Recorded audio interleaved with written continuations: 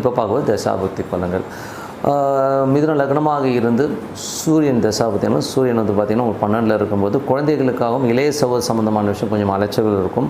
அது மட்டும் இல்லாமல் டாக்குமெண்டேஷன் சம்மந்தமான விஷயம் நிறைய அலைச்சல் இருக்கிறதுக்கான நிறைய இருக்குது. ஸோ அதுக்கப்புறம் பார்க்கும்போது மிதுன லக்னமாக சந்திர தசாபுக்தி, சந்திரன் 2ஆம் அதிபதி உங்களுக்கு 3ல் இருக்கும்போது வீடு வாசல் சம்மந்தமான சின்ன சின்ன கலகங்கள் ஏற்படுறதுக்கான ரொம்ப கவனமாக இருக்கணும். அதுக்கப்புறம் உங்களோட தாயாரோட உடல்நலம் சம்மந்தமான விஷயம் கொஞ்சம் கவனமாக இருந்துக்கிறது ரொம்ப ரொம்ப நல்லது. உங்களுக்கும் உங்கள் அம்மாவுக்கும் சின்ன டிஃப்ரென்ஸ் ஆகப்படி வரதுக்கான கொஞ்சம் பார்த்து நடந்துக்கணும். மிதுன லக்னமாக வந்து செவ்வாய் தசாபுக்தி, செவ்வாய் வந்து பார்த்திங்கன்னா உங்களுக்கு வார்த்தை, ஸோ வார்த்தை பிரயோகிக்கும்போது ரொம்ப கவனமாக பேசணும். ஏதாவது ஏடாவிடமாக அசிங்கமாக பேசுவோம். ஸோ அதனால் கொஞ்சம் கவனமாக இருந்துக்கிறது ரொம்ப ரொம்ப நல்லது. ஸோ அதுக்கப்புறம் பார்க்கும்போது மேஷ லக்னமாக இருந்து ராகு தசாபுக்தி, ராகு வந்து 9ல் இருக்காங்க. ஸோ 9ல் உள்ள ராகு வந்து பார்த்திங்கன்னா புதிய வெளிநாடு சம்மந்தமான விஷயங்கள் நல்லா சூப்பராக இருக்கும். வெளிநாட்டில் இருக்கவங்களுக்குலாம் வந்து பெரும் பணம் வரதுக்கான ரொம்ப நல்லாயிருக்கு. வெளிநாடு போகணும் அப்படின்னு நினச்சிருந்துருக்கவங்களும் ஒரு வாய்ப்பு சூப்பராக இருக்குங்க. ஸோ அதனால் நல்லா பிரயாணம் பண்ணுறதுக்கான ரொம்ப நல்லாயிருக்கு.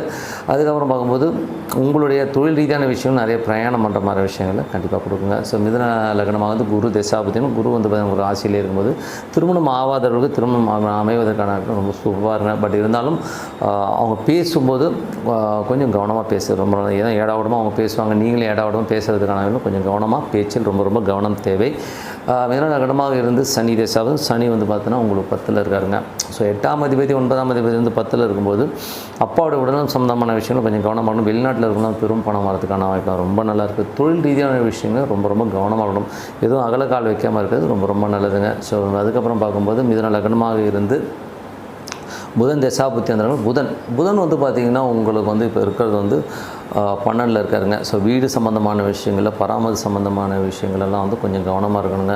ஸோ மிதுன லக்னம் அதாவது என்னென்னா மிதுனத்தில் வந்து பார்த்திங்கன்னா உங்களுக்கு 4ஆம் அதிபதியாக வந்து 12ல் இருக்கும்போது தாயாரோட உடல் சம்மந்தமான விஷயங்கள் கொஞ்சம் விரயங்கள் ஏற்படுறதுக்கான நிறைய இருக்குது. மிதுன லக்னமாக வந்து கேது தசாபுக்தி அந்த வந்து கேது வந்து பார்த்திங்கன்னா உங்களுக்கு 4ல் இருக்கும்போது கொஞ்சம் கவனமாக இருக்கணுங்க.